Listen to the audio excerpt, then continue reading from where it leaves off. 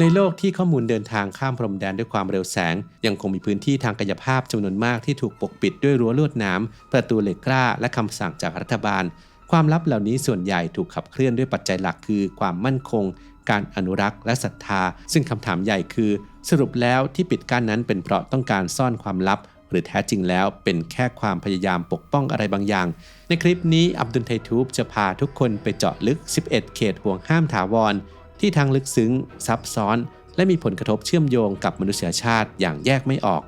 ไปติดตามกันครับโอเมก้า 3 มีบทบาทสำคัญต่อสมองแต่ร่างกายสร้างเองไม่ได้ต้องได้รับจากอาหารเท่านั้นจากข้อมูลของ National Institute of Health ประเทศสหรัฐอเมริกาแนะนำว่าเราควรจะได้รับโอเมก้า 3 ประมาณ 1.1 ถึง 1.6 กรัมต่อวันสำหรับผู้ที่ใส่ใจการดูแลสมอง Clarity Omega 3 Norway Daily ที่ผลิตและคิดค้นสูตรที่ประเทศนอร์เวย์ก็เป็นอีกหนึ่งทางเลือกในการเติมโอเมก้า 3 ที่จำเป็นให้กับร่างกายในแต่ละวันครับศึกษารายละเอียดและสั่งซื้อได้ที่ clarity.asia/abdul-strength หรือคลิกลิงก์ใต้คลิปได้เลยครับ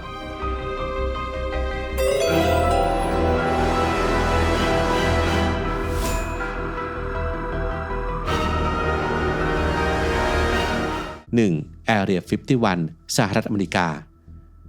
Area 51 คือฐานทัพลับของทหารทางตอนใต้ของรัฐเนวาดา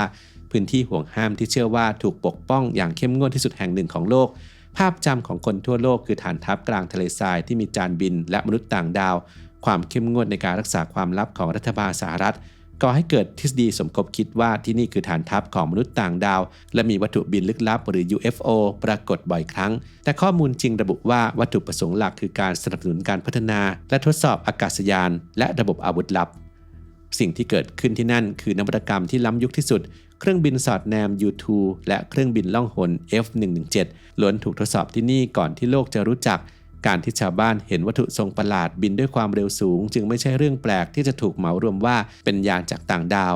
การดำรงอยู่ของ Area 51 จึงสะท้อนความตึงเครียดระหว่างความต้องการความโปร่งใสของสาธารณชนกับความจำเป็นเชิงยุทธศาสตร์ในการปกป้องความลับทางเทคโนโลยีซึ่งเป็นหัวใจสำคัญของความมั่นคงของชาติ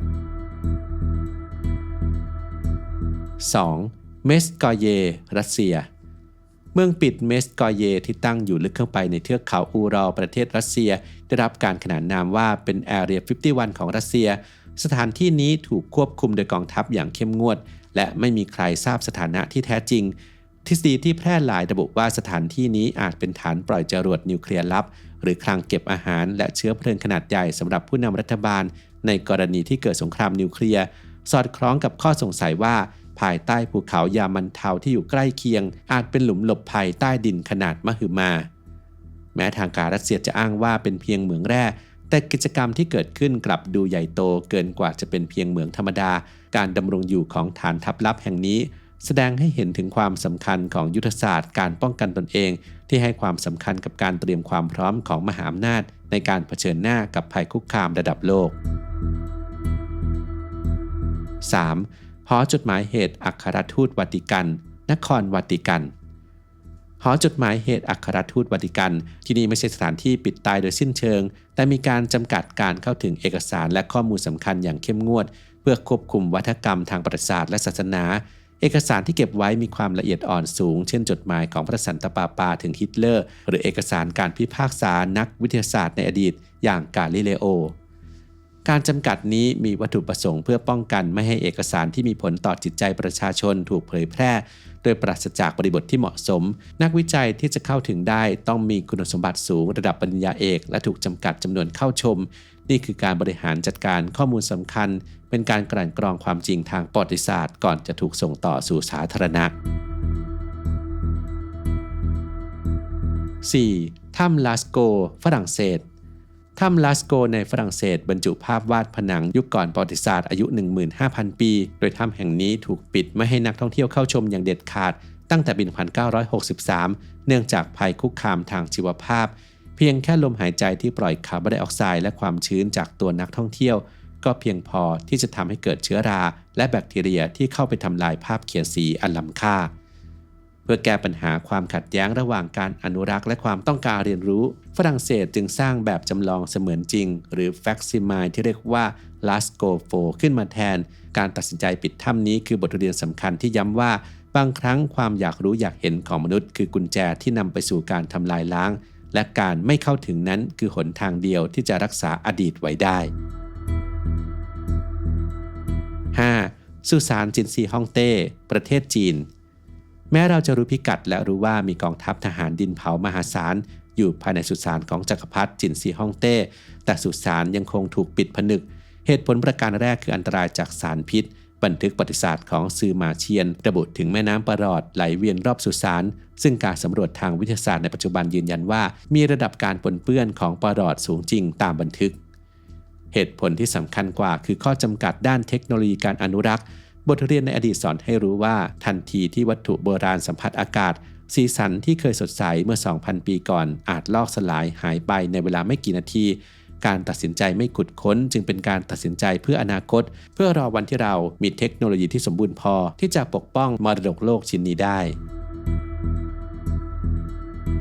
6. Granite Mountain Record Wall สหรัฐอเมริกา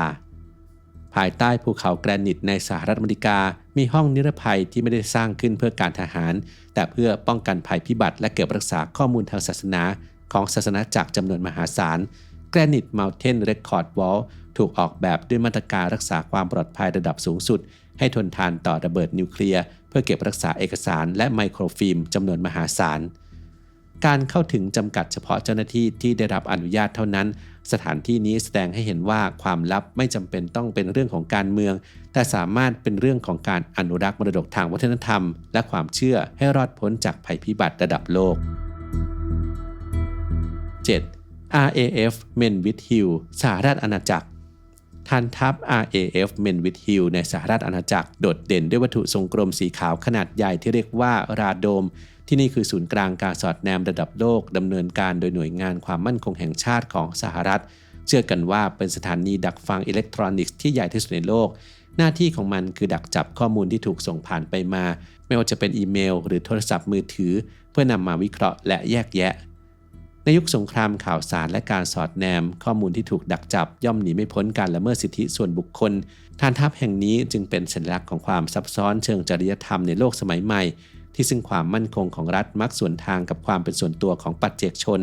และความลับที่ดำเนินอยู่ภายในราโดมเหล่านั้นอาจกำลังกำหนดชะตากรรมของโลก 8. เกาะนอร์ทเซนติเนลอินเดียเกาะนอร์ทเซนติเนลเป็นพื้นที่ห่วงห้ามด้วยเหตุผลทางจริยธรรมและชีวภาพรัฐบาลอินเดียสั่งห้ามเข้าใกล้เกาะเพื่อปกป้องชนเผ่าพื้นเมืองเซนติเนลซึ่งเป็นกลุ่มคนที่ยังคงใช้ชีวิตตัดขาดจากโลกภายนอกการจำกัดการเข้าถึงไม่ใช่เพื่อซ่อนสมบัติแต่เพื่อปกป้องชีวิตของชนเผ่าบนเกาะเพราะเชื้อโรคทั่วไปจากคนภายนอกที่มีภูมิคุ้มกันอาจกลายเป็นหายนะที่ฆ่าชีวิตชนเผ่านี้ได้ทั้งเผ่า 9. ภูเขาไกรลาดทิเบตภูเขาไกรลาดเป็นตัวอย่างของอำนาจแห่งศรัทธาที่สามารถปิดกั้นแม้กระทั่งนักปีนเขาที่เก่งกาจที่สุดพวกเขาแห่งนี้คือศูนย์กลางของจักรวาลของ4ศาสนาได้แก่ฮินดูพุทธเซนและบอนความเชื่อที่ว่าการปีนถึงยอดเขาเป็นการลบหลู่สิ่งศักดิ์สิทธิ์ทำให้เกิดข้อห้ามที่เข้มงวดแต่นอกเหนือจากเรื่องความเชื่อแล้วยังมีความซับซ้อนทางการเมืองระหว่างประเทศแฝงอยู่หรือที่เรียกว่าการทูตเชิงศาสนาหากทางการจีนอนุญาตให้มีการปีนยอดเขาไกรลาดอาจก่อให้เกิดความไม่พอใจอย่างรุนแรงในหมู่ชาวอินเดียนับล้านที่ศรัทธาต่อสถานที่นี้และอาจกระทบความสัมพันธ์ระหว่างประเทศได้การห้ามเข้าถึงจึงเป็นทั้งการเคารพศรัทธาและการตัดสินใจเชิงยุทธศาสตร์ภูเขาไกรลาดจึงยังคงเป็นพื้นที่ที่ความเชื่อปิดผนึกแหล่งธรรมชาติอนุญาตเพียงการเดินแสวงบุญรอบฐานเขาเท่านั้น 10. Room 39 เกาหลีเหนือ Room 39 หรือห้อง 39 เป็นหน่วยงานลับของเกาหลีเหนือที่ก่อตั้งขึ้นเพื่อรักษาและเพิ่มพูนเงินตราต่างประเทศให้กับผู้นำสูงสุดท่ามกลางภาวะอดอยากและการถูกคว่ำบาตร Room 39 กลายเป็นกลไกสำคัญในการหาเงินผ่านวิธีการที่ถูกกล่าวหาว่าผิดกฎหมายเช่นการฟอกเงินการค้าอาวุธและยาเสพติดโดยคาดว่ามีบัญชีอยู่ในธนาคารประเทศจีนหรือสวิตเซอร์แลนด์และมีวัตถุประสงค์ในการฟอกเงินตั้งกองทุนปลอมและปลอมแปลงเงินนอกจากนี้องค์กรนี้ยังถูกกล่าวหาว่าทำกิจกรรมที่ผิดกฎหมายอื่นๆเช่นค้าอาวุธลักลอบขนยาเสพติดและใช้เงินเพื่อสนับสนุนทางการเมืองและการสร้างอาวุธนิวเคลียร์ ความลับของ Room 39 ส่งผลกระทบระยะยาวต่อภูมิรัฐศาสตร์โลกเพราะเม็ดเงินเหล่านี้ถูกเชื่อว่านำไปใช้สนับสนุนโครงการอาวุธนิวเคลียร์และการเมืองการห่วงห้ามเข้าถึงข้อมูลของหน่วยงานนี้จึงไม่ใช่แค่เรื่องภายในประเทศแต่เป็นเรื่องของความมั่นคงระดับโลกสะท้อนให้เห็นถึงกลไกการเอาตัวรอดของรัฐเผด็จการที่ซ่อนอยู่หลังม่านเหล็ก 11. มอสโกเมโทร 2 รัสเซียมอสโกเมโทร 2 คือระบบรถไฟใต้ดินลึกลับในกรุงมอสโกที่ทางการรัสเซียปฏิเสธการมีตัวตนเชื่อกันว่าถูกสร้างขึ้นในยุคของสตาลินภายใต้ชื่อรหัส D6 โดยหน่วยงาน KGB โดยคาดการว่ามีเส้นทางถึง 4 สายระยะทางกว่า 50-200 เมตรเพื่อเชื่อมต่อสถานที่สำคัญอย่างเครมลินกับสำนักงานใหญ่ของ FSB สนามบินรัฐบาลและเมืองใต้ดินที่ราเมนกินี่คือโครงสร้างพื้นฐานสำรองเพื่อความอยู่รอดของผู้นำในยามวิกฤต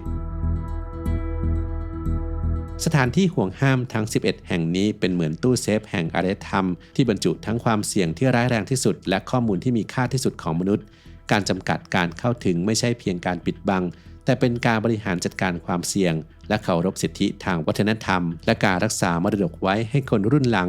บางครั้งการยอมรับว่ามีบางสิ่งที่เรายังไม่ควรเข้าถึงอาจเป็นหนทางเดียวที่จะรักษาความมหัศจรรย์และคุณค่าของสิ่งนั้นไว้ตลอดไป